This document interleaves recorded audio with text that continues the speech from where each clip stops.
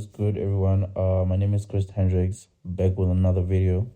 So today we'll be looking at a few indices, basically, which is Nasdaq as the one that I have it open, followed by US30 as well as German 30, right? So let's start off with NAS100, right?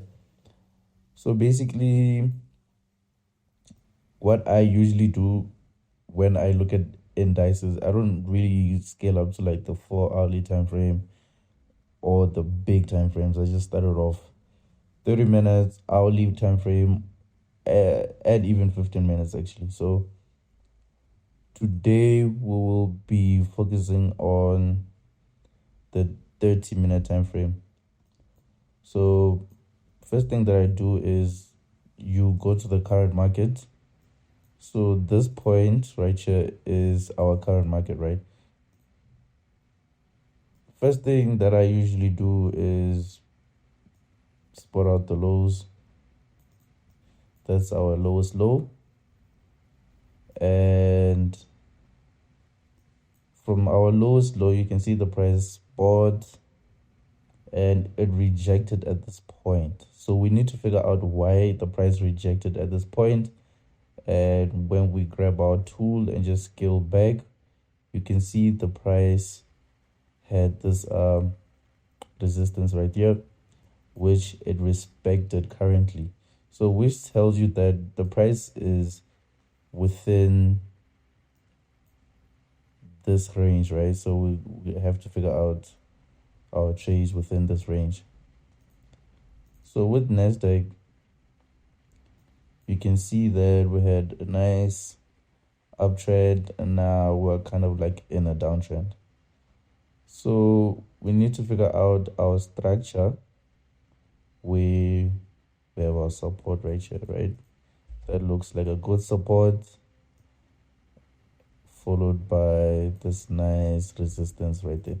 So with that said, you can see that now we have an uptrend or an ascending structure where we have about 1, 2, 3 touches on our resistance, right?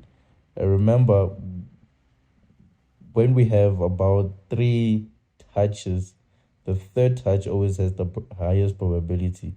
So in this case, when the price got to the third touch, you can see, oh, it's respecting this this resistance right here, and we could be looking at the price rejecting from that point, which it kind of did. So the price rejected from that point, going down, and now it's all the way down there. So the third touch gave us the highest probability. So you could have sold at that point and just put your what do you call this, your stop loss right above this high right here, right above the highest point. So if it's a sell, you're probably gonna put your stop loss right above, well, right below the lowest point. So it's just quite the opposite. So we would have had our first trade right there. Reason is we have this resistance right here, and from this support, the price gave us this nice structure where the resistance side of the structure, we have 1, 2, 3 touches. The third touch always has the highest probability. So that's how we would have taken Nasdaq. So that's the first setup that we saw with Nasdaq. And from that point, you can see the price is continue going down. So we're just gonna scale down to the 15-minute time frame so we can see if we have further structures, right?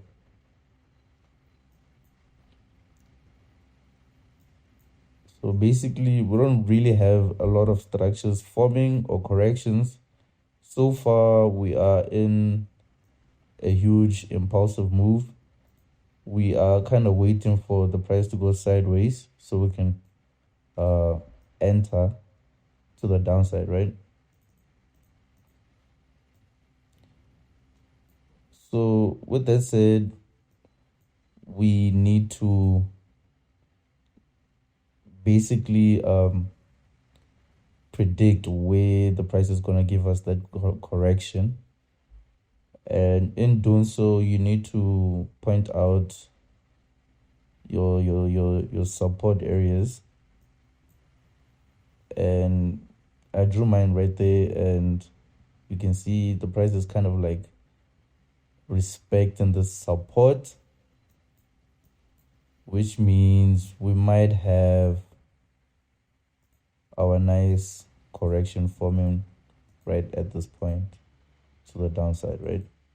Because we kind of do have to reach, not entirely the 90% rule, but we could reach somewhere around these areas, or even this area right here, right? But I'm just going to leave that out for now. And the reason why I know the price is going to give us something like this for us to sell is because the price moves in two phases. It's either an impulsive phase. Right after the impulsive phase, the price is going to correct and then continue going down. So it's basically an impulse, correction, impulse, correction, impulse. And then when it reverses, say the price was going down, give us a nice impulse followed by a correction, and then goes back. It keeps going down. So the price could give you a descending structure where it looks like it's a correction, but the price is correcting for a reversal, right? So we still have two kind of movements. We have this impulse right here, we have this correction right here, we have this impulse right here, and this whole movement is your correction, and then the next impulse is your impulse. So you can really tell the price just moves in two phases. And right here, when we go back to our setup, you can tell that we already have our first phase of the market movement, which is our impulse, right? Even though we had this nice pullback right there, we still count this as an impulse. So which means we are anticipating this correction to happen for the price to reach these lows right here, right? So that is basically the setup with NAS. Very simple, doesn't even take time. We have our resistance right there, our support at the very low, and in between we have this ascending structure where we had our nice 1, 2, 3 touches on this resistance on the trend line, which is cool, nothing very hectic. And from the third touch, the price just plummeted down, and right now it's at this support area where we could be looking at the price just giving us a correction for it to continue going down. So basically this is what could happen with Nasdaq, right? And this would be basically like a very perfect scenario or setup. Very clean, very simple, but the price doesn't usually give you anything clean. You know how the price moves, right? So if the price doesn't move as clean as we want it to move, but it's still going in our direction, the price could just maybe break this support and then give us the correction right below it, but still continuing to the downside, or the price could just buy and then go back within these areas and then, just go down. But this would be a very huge movement, which is not that attractive. But this resistance right here will, I hate drawing so many lines, but it's just for illustration reasons, right?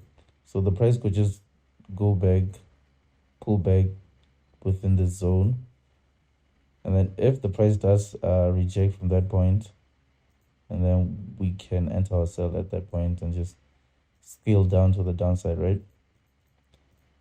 So those are the possibilities that could happen for a favor for a sell, or the price could just buy, right?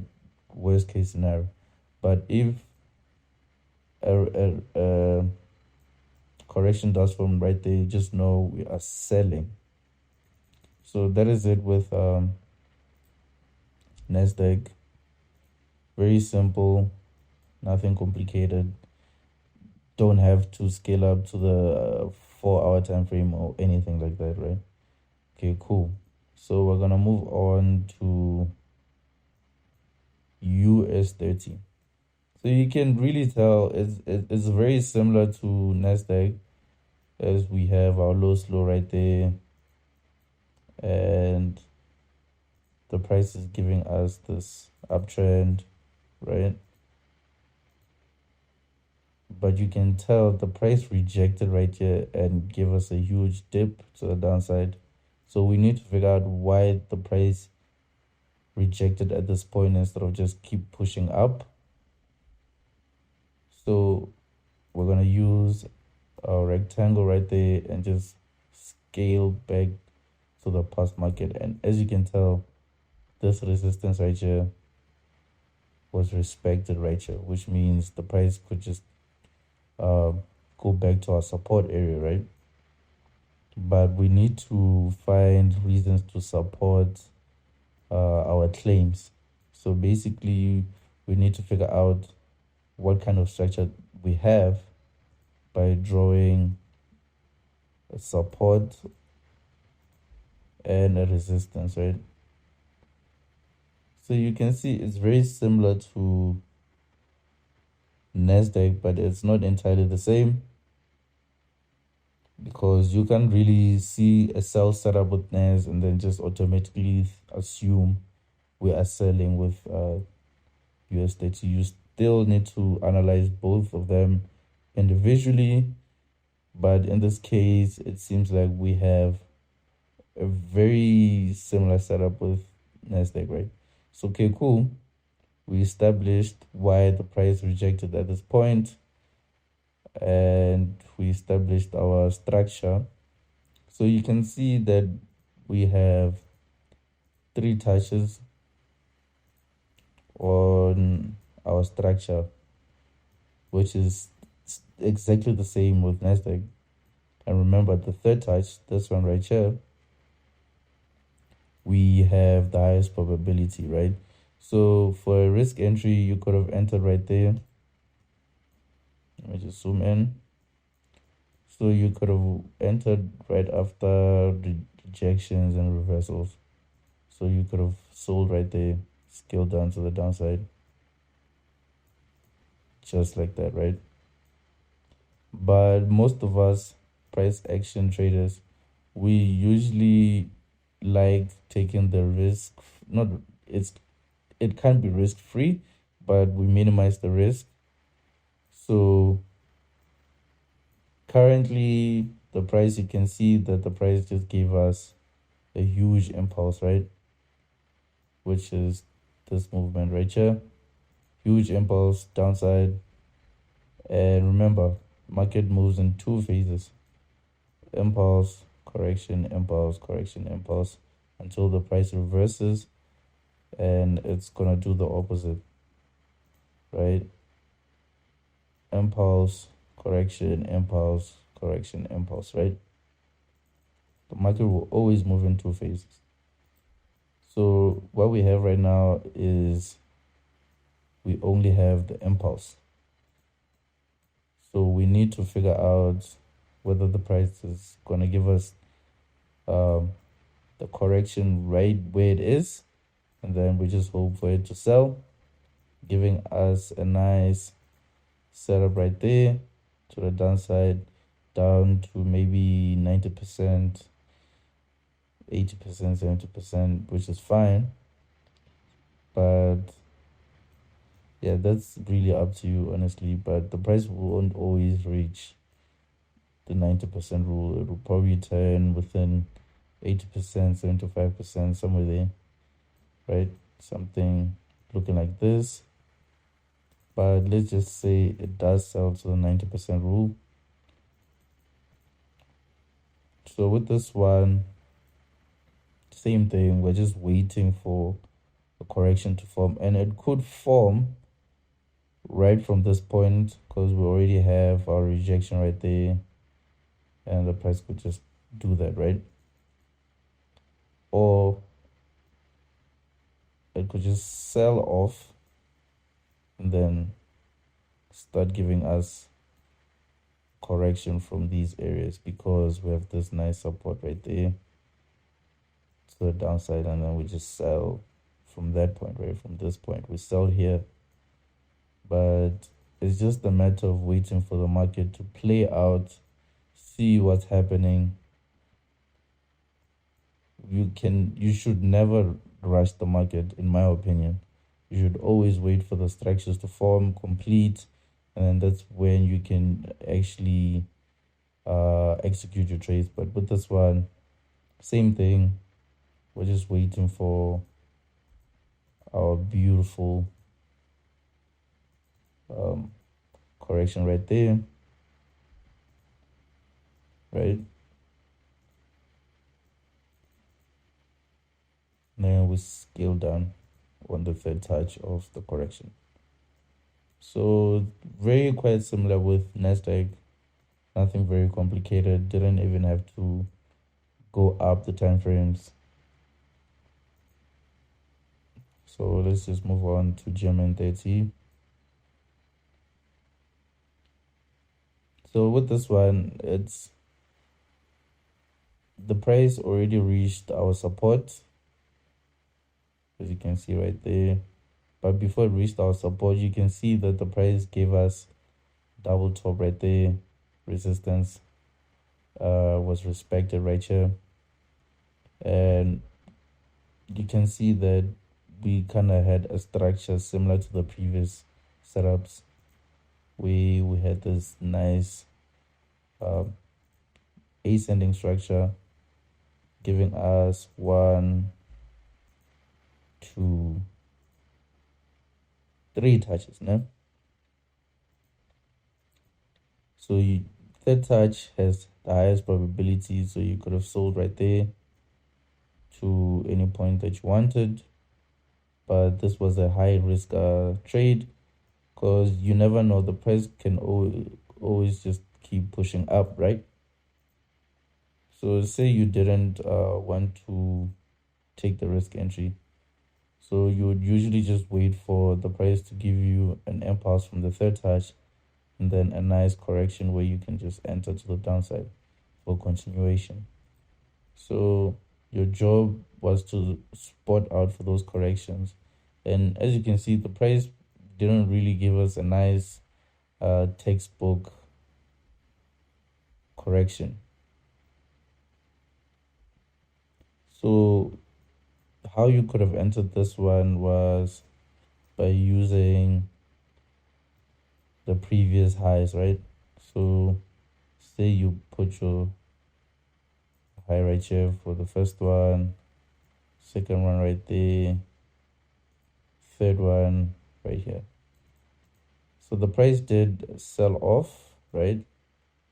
It never came back to this high, didn't reach this one, but the price reached this one as it pulled back up, respecting this one right here. So you could have entered right there, scaled all the way down, put your stop loss right above the highest point from your reversal point. And beautiful setup, right? Okay, cool. So that's how you would have sold from the structure right here.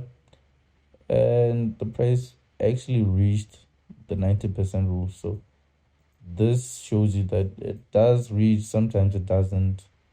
So with this setup, it's basically a complete setup of this one right here and this one right here, right?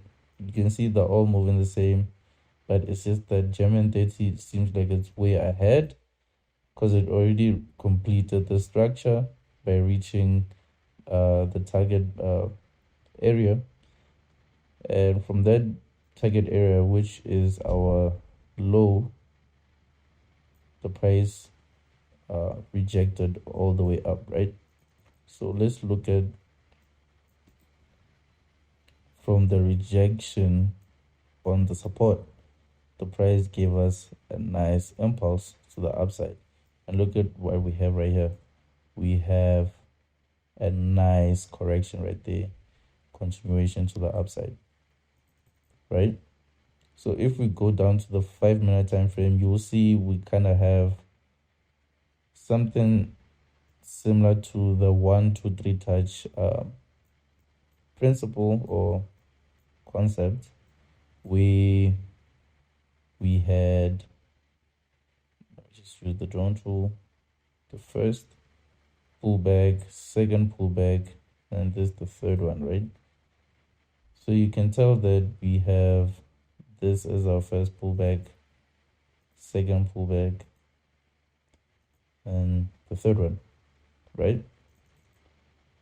So you could have just drew your resistance and your support, and then voila, you have your correction right there, scale up to the upside, right? And let's just see how much percent that was. So that's clearly, well, roughly almost 1%. You would have set your take profit around these areas. And as you can see, we hit TP and it kind of paused a bit and then it went back inside, right? So that would have been your first buy setup if you didn't want to enter a risk trade right there. So let's just zoom out and see, go back to the 15-minute time frame. So you can see the reason why we bought there is because the price had this low, which it supported right there, double, what do you call it, a double bottom, gave us an impulse, followed by a correction right there, and you buy, right? Quite simple. So currently the market seems like it wants to go back to this low, which it could, instead of just reaching this high, because you can see from this point the price, it gave us a false breakout right there, but it never broke again, right? Never broke again. Anyways, instead it rejected from it, gave us a nice impulse right there, and now we are kind of facing a correction right there. So remember, impulse, correction, impulse, right? So if we look at it carefully, maybe in the 5-minute time frame,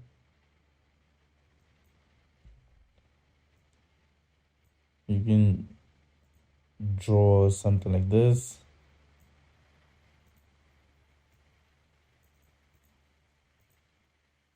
and this, right? So you can see that we have this as our first touch, this as our second touch, and then this one didn't touch, but then it touched here, so giving us 3 touches on this one. So you could have sold at the third touch and then scale up to wherever you want, but it will be preferable to scale way down to maybe close to the support, but the price might not even reach those areas. It could just maybe just sell off a bit and then continue going up back to these areas. But we have a stop loss in place for that reason, right? So we could be looking at a sell, in my opinion, which would be good because we have an impulse from this resistance, we have an impulse, now we have a correction, right? So we have more than one reason to sell it. And by the way, this is not financial advice. I don't want you guys taking trades based off what I say or what I explain, and then when it doesn't go your way, you just, oh my God, he's a scam, all type of things. The market really plays in such mysterious ways. The price could literally just buy from that point, right? That's the reason why you need to set your stop loss. Only risk a small percentage, preferably 5%, or between 1 to 5% is okay. 10% is a bit much. But yeah, that is it with these 3 indices. Nasdaq, looking for a good sell. As you can see, it already is sold, but we're just missing that correction. Same thing as US30. Then GER30 right there. Let's just remove this because it looks so messy.